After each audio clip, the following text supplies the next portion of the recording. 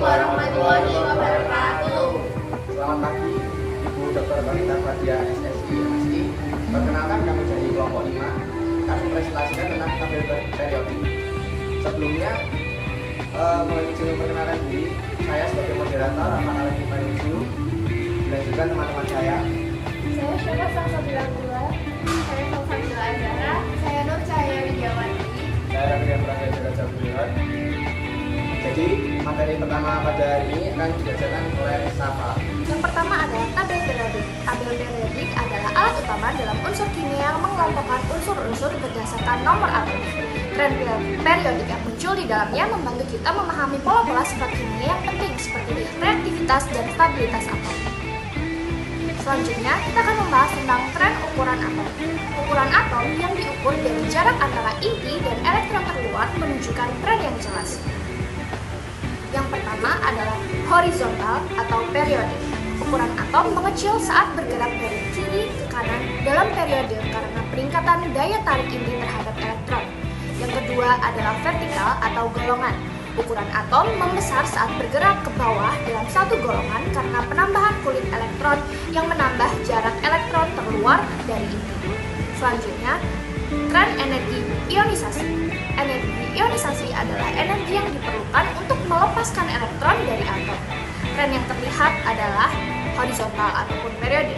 Energi ionisasi meningkat dari kiri ke kanan karena peningkatan daya tarik inti terhadap elektron terluar. Lalu ada vertikal ataupun golongan. Energi ionisasi menurun dari atas ke bawah karena jarak yang lebih besar antara inti dan elektron terluar. Selanjutnya, tren afinitas elektron. Afinitas elektron mengukur energi yang dilepaskan saat atom menerima elektron tambahan. Horizontal atau periode. Afinitas elektron meningkat atau lebih negatif dari kiri ke kanan karena unsur di sebelah kanan tabel seperti non-logam cenderung lebih mudah menerima elektron. Sedangkan yang vertikal ataupun golongan, afinitas elektron menurun kurang negatif dari atas ke bawah karena peningkatan ukuran atom yang mengurangi daya tarik inti terhadap elektron tambahan. Saya di sini akan menjelaskan tentang susunan dan tata nama unsur-unsur dalam tabel periodik. Susunan dan tata nama unsur dalam tabel periodik berdasarkan pada prinsip-prinsip yang pertama kali dikembangkan oleh Dmitri Mendeleev. Unsur-unsur disusun berdasarkan golongan, kolom vertikal dan periode garis horizontal. Golongan memiliki sifat kimia yang mirip karena jumlah elektron valensi yang sama.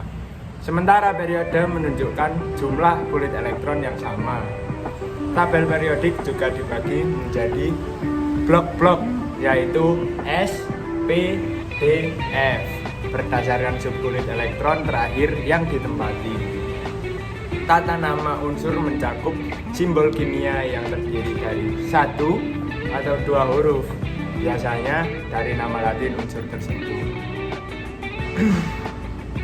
Penomoran golongan dapat menggunakan sistem lama seperti 1A, 2A atau sistem resmi IUPAC 1 sampai 18. Tren dalam tabel periodik meliputi jari-jari atom, energi ionisasi dan elektronegativitas yang berubah secara teratur di seluruh tabel. Memahami susunan dan tata nama ini membantu dalam memahami sifat dan perilaku kimia unsur. Terima kasih. Di sini saya akan menjelaskan tentang pola perilaku kimia unsur berdasarkan penyusunannya dalam tabel periodik. Saya akan membahas 4 pola perilaku. Yang pertama yakni jari-jari atom. Jari-jari atom adalah jarak antara inti atom ke orbital terluar elektron. Di sini dapat dilihat dari dua susunan. Yang pertama susunan secara golongan.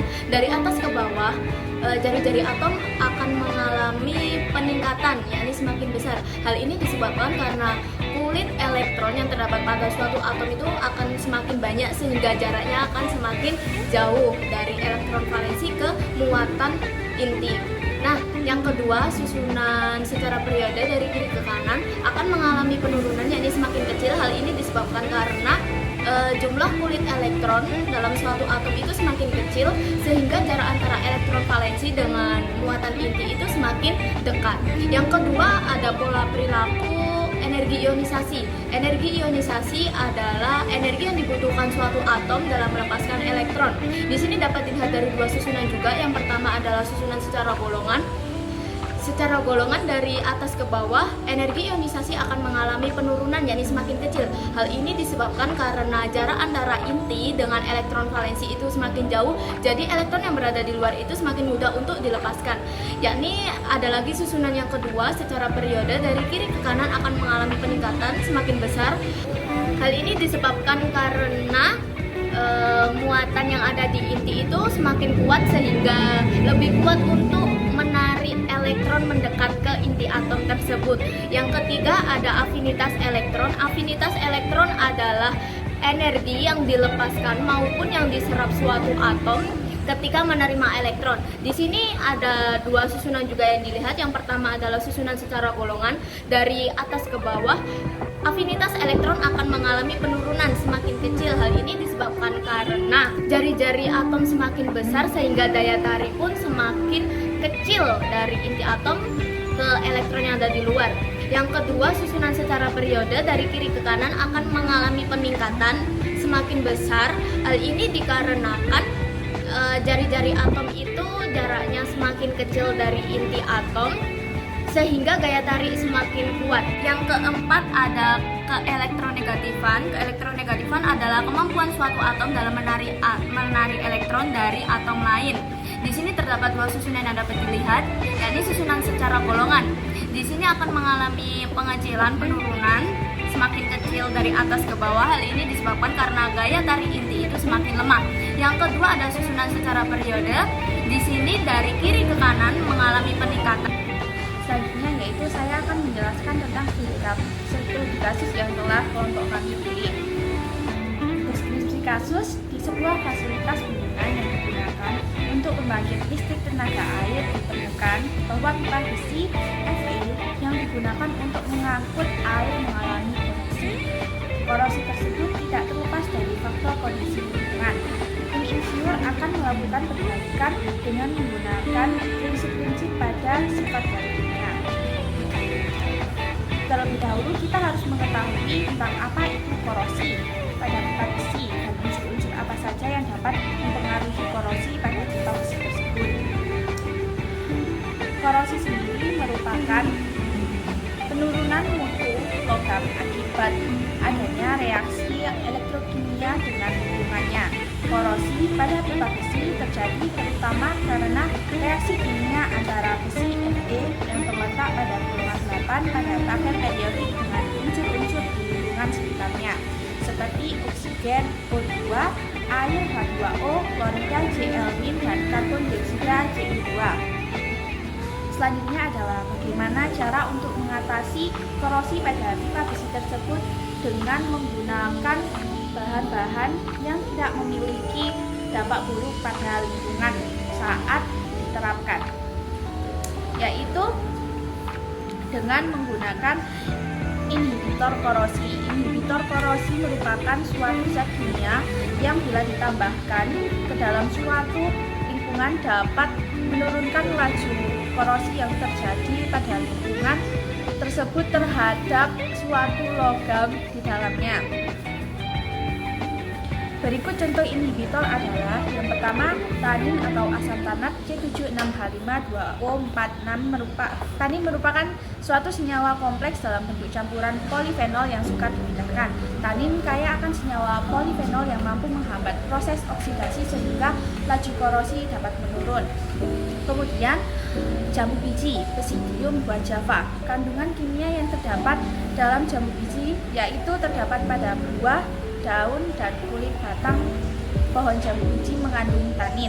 Daun jambu biji yang digiling halus diketahui mempunyai kandungan tanin sampai 17%. Kemudian selanjutnya adalah kafein. Inhibitor kafein merupakan inhibitor organik sehingga proses penginhibisiannya disebabkan absorpsi molekul dalam permukaan logam. Inhibitor terabsorpsi pada permukaan logam membentuk lapisan pasif yang melindungi logam terhadap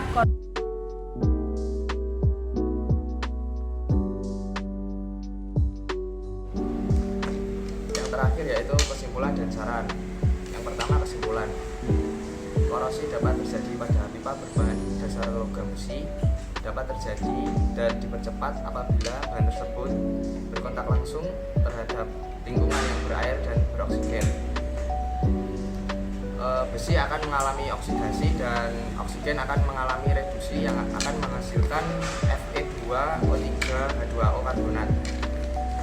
Besi yang terletak pada golongan 8B periode 4 mendeskripsikan bahwa besi merupakan suatu logam yang memiliki orbital elektron yang banyak sehingga mendukung terjadinya proses reaksi kimia yaitu proses oksidasi yang mempercepat terjadinya korosi. B. Saran. Upaya untuk mencegah korosi yang terjadi pada pipa saluran air yang nantinya akan berdampak pada kualitas air, maka alangkah baiknya jika pipa yang terbuat dari logam besi digantikan dengan pipa yang berbahan aluminium. Hal ini karena aluminium terletak pada golongan 3A periode 3